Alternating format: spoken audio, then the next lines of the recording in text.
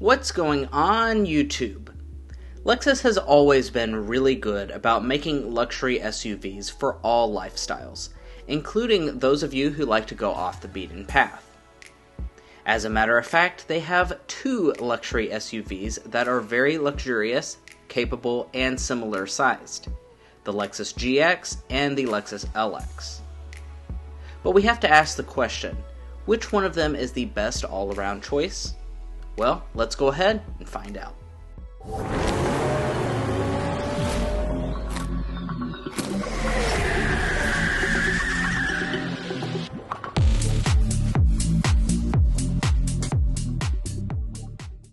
Now before we get into it, let's get into the pricing, which is quite different for these two. Beginning with the all-new GX 550, we have the fully loaded version, which is called the Luxury Plus trim. This version starts a bit under $80,000, and after we add a few extra options, we arrive at $83,895. The LX 600, on the other hand, starts at about 10 grand more than that. Our F Sport variant carries an as-tested price tag of around $113,000. By the way, if you want to get the best price from local dealerships and access to invoice pricing information for these two models or any new vehicle, we have a tool on our website to do just that. It's a great tool for shopping, so be sure to check the link in the description for more info. We will, of course, later on be discussing that price difference in the value section to see if it's worth the extra money. But for now, let's get into this objectively scored comparison. We will start out with the outsides, where both Lexus SUVs are unmistakably premium, yet rugged looking.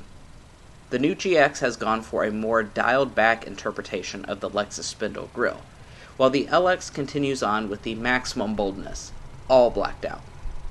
On the sides of both spindles, you'll find premium projector triple beam LEDs as standard equipment, in addition to headlamp washers and LED fog lamps. But circling back to that tough look, it's worth noting that both these SUVs are indeed very off-road capable, and can certainly handle going off the beaten path with 8.7 and 8.9 inches of ground clearance respectively. They both also have center-locking diffs, but it's only the LX that has a height-adjustable suspension. Heading on around to the sides, both will include large multi-spoke 22-inch alloys, which look nice against the boxy side profiles. And this would be a great time to mention how they size up against each other. You might be surprised to know that the LX is only 3 inches longer than the GX, making them very similar in size despite the not-so-similar price and segmentation. Later, we'll see how that translates to interior space, but for now, around back, the boxy shapes continue, and they have fully LED taillights as expected.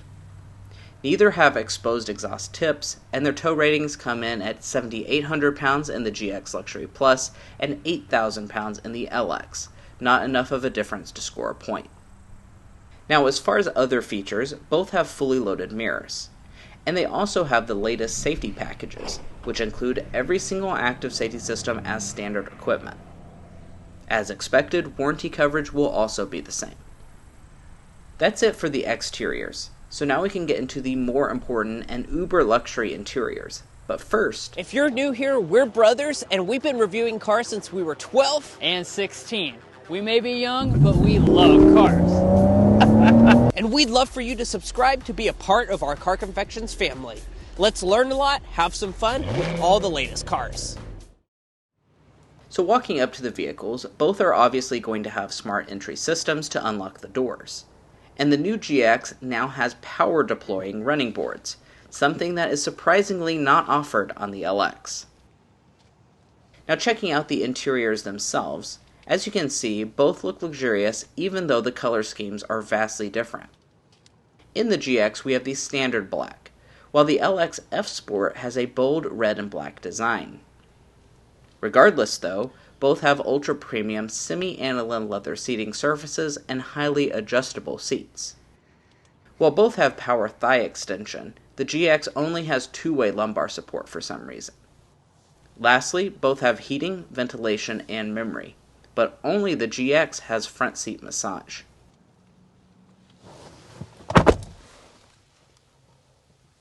Let's fully climb inside and talk about overall cabin materials. As you would expect, the flagship Lexus SUV does deliver a more opulent selection of materials, with more leather covering common areas and lots of real aluminum trim. The GX has more plastic and only a small amount of wood, so the LX will get the point here.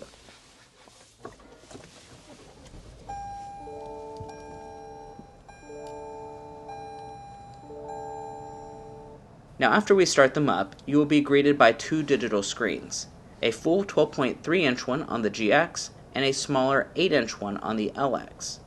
Regardless, both have vivid head-up displays projected out, as well as rain-sensing wipers and power-adjusting steering wheels. Now the next major area to evaluate is interior storage. The LX is a wider SUV, so its cool box is larger than the GX's, and it also accommodates more storage in the area around the shifter for objects. A lot of you guys will be happy that they haven't changed the shifters to electronic ones like most of the rest of the Lexus lineup. When in reverse, we have 360-degree cameras on both. For climate controls, we do have some differences. The LX has an additional zone, 4 total, and it has a separate screen to change some of the settings. This screen is also where many of these special off-road menus are located, but the GX also has the same systems for going off the beaten path, just with physical buttons. Alrighty, so that brings us to the audio systems, so let's sample them.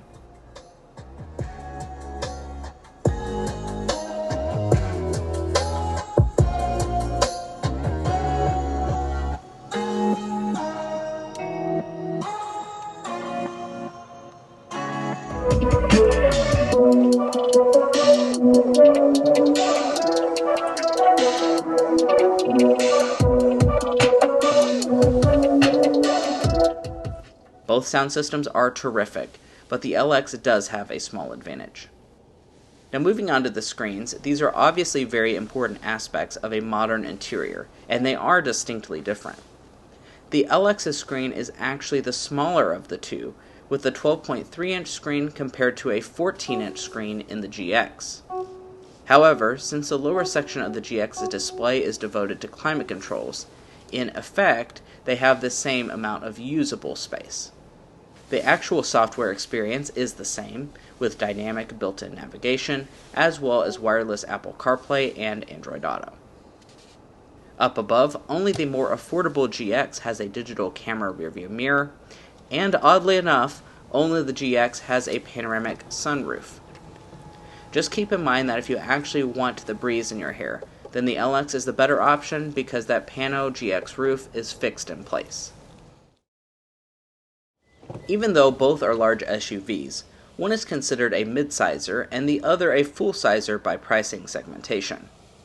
But as far as actual space is concerned, there isn't a great deal to differentiate between them. As a matter of fact, second row legroom is nearly identical, and headroom is actually better in the GX by about 7%. But since these are 3-row luxury SUVs, there is still a lot to talk about in the back seats, along with climate controls, heated seats, and window sunshades. The seats are also ventilated on the LX, but that's a feature not available on GX. Fighting back, it's only the GX with USB ports. LX has an available executive lounge seating package with massage, but that's only on the ultra luxury model for $135,000. Now let's move on to the third rows. Getting into the way back, both models have second rows that tumble forward. And first of all, there are only 2 third row seats for both models. So max seating is 6 passengers on the GX as equipped and 7 passengers on the LX as equipped. Now as far as space and comfort, these seats actually appear to be exactly the same in shape, size, and positioning. They are very flat and close to the floor due to these SUVs' body-on-frame designs, meaning you don't get much thigh support at all. The legroom measures, however, are pretty decent for both of them, even if both of their headrooms are almost inadequate for 5'9" adults. Features-wise, we have USB ports, vents, and power recline. Moving around back to the cargo, both have hands-free power tailgates, but only the GX can pop the rear glass independently. Once the gate opens up, you'll see that there isn't much space behind either of their third rows, again, due to the old-school rugged suspensions that favor off-road abilities.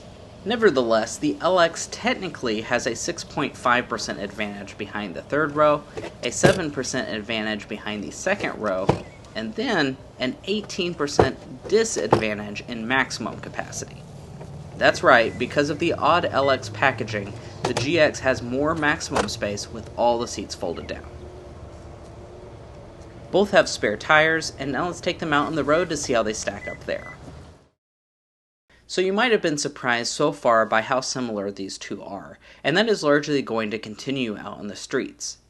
They both have 3.4-liter twin-turbo V6 engines, but with different power outputs, 349 and 409 horsepower in the GX and LX respectively. Torque figures are the same at 479 pound-feet, but the thing to remember here is that the LX is generally 300 to 600 pounds heavier depending on the trim. That means that overall acceleration is almost identical between them, with 0 to 60 times in the low 6 seconds.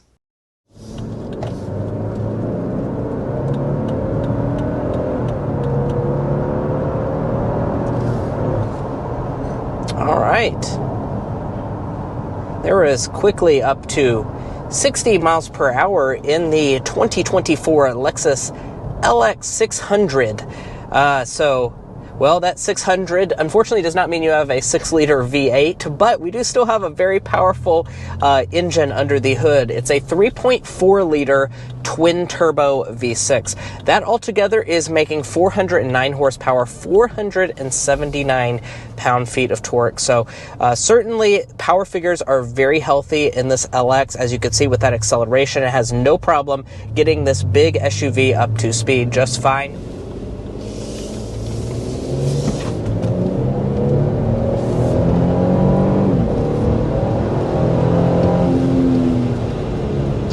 Nice. Yep. That was an acceleration up to 60 miles per hour. Now, of course, like we were saying at the spec dump, one of the huge changes with this new generation is that we've ditched the old V8 and we switched to a twin turbocharged V6. To remind you what that is, 3.4-liter twin turbo V6, 349 horsepower, 479 pound-feet of torque. So those are big jumps in terms of power and especially torque. So power is going to be about 50 horsepower. Torque figure is over 100 pound-feet. Yeah, I think it's about 150 pound-feet difference compared previous gen to this one. As far as the transmissions are concerned, both have the same 10-speed automatics, which is nice and responsive.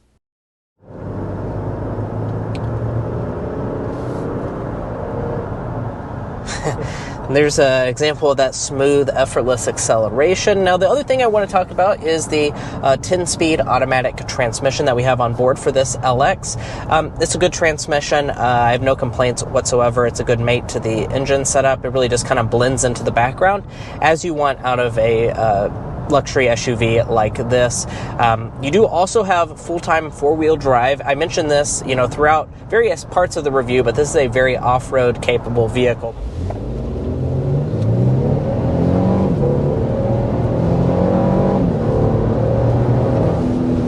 There we go. Pretty nice. Like I said, you really feel that torque push you back in the seat. Now, let's talk about the other aspects of the powertrain. We also have a modern transmission to go with this new modern engine. It's a 10-speed automatic. But perhaps as important as power and responsiveness is ride quality. Both models are using adaptive dampers, which isolate out all of the largest road imperfections very well. But they are still body-on-frame SUVs though, so the smaller vibrations are generally felt inside the cabins. It's not of much importance, but I do want to mention that both have moderate body roll due to their soft suspension tuning. I'm about to go over some bumps here.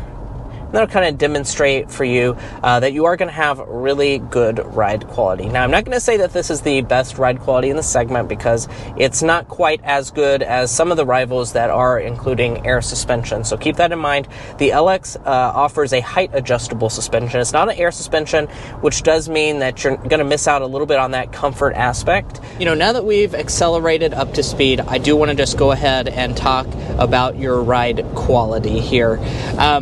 The ride quality for this Lexus GX, we've driven the Overtrail at this point, and also now we're in the Luxury Plus, so this is the most luxurious version of the GX. It is still a body-on-frame platform, so you will notice that when it comes to your ride quality. So if you're comparing this to something like a BMW X5 or Mercedes GLE, this is going to have a little bit worse of ride quality. You feel some vibrations going on, but honestly, I think a lot of you guys like that truck feel. Here at Car Confections, something we like to do is take sound level readings for all the models we test, so that we can compare them. At 55 miles per hour on a local Kentucky road, here's how the two of them compare to each other. Now we're speeding up to 55 miles per hour so we can do our signature sound level reading. I'm sure a lot of you guys are curious about that in this vehicle, so let's go ahead and get it. Yep, we are at fan speed 1, rear climate is off.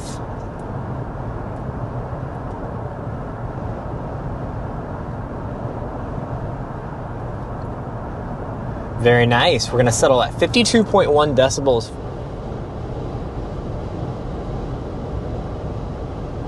.5 decibels is what we are sitting at as our official Kentucky sound level reading. Finally, when it comes to fuel economy, the more powerful and heavier LX beats the GX for some reason by 2 mpg. Lexus says that a GX hybrid will eventually join the lineup, but at the time of this comparison, it remains unavailable and we have no further details. Alright, so now it's time to revisit the elephant in the room, which is the pricing difference. The LX is $29,470 more expensive than our loaded GX, meaning that we will somewhat comically apply points to represent this. It falls into the section of a quarter point per $1,000 of difference, or plus 7.25 points to the GX. I want to emphasize, if money matters less to you personally, feel free to disregard these points. Well, guys, that wraps up this very similar comparison, actually, between these two luxury SUVs, the Lexus GX and LX. Now, let's go ahead and go through who might be your personal winner based on your preferences. Now, the Lexus GX should be your winner if you prefer a more affordable price tag. The GX is more affordable by a lot, and I mean a lot of money less, even in its top-end Luxury Plus trim level. It's also the same size in most spaces. It's actually only just a couple inches shorter, so your third row, your second row, all of those things are going to be very similar in the LX and GX. It also has a few exclusive features that surprisingly the LX does not, such as massaging front seats and a cool panoramic moonroof.